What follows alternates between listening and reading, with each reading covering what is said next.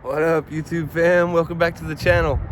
I got something awesome planned for today. I'm at a new park. I'll show you guys around a little bit. There's like a little pond and some ducks and some geese, and I finally got my Stingy V2, my 5-inch quad working. So it was just a wire in the wrong place on the Crossfire. So I got brand new props on it.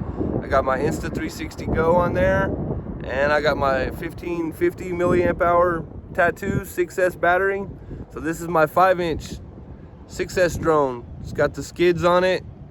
It's all set up nice. It's ready to fly. So I'm here at this new park, and I don't want to ramble too much, and let's get to the footage. Here we go.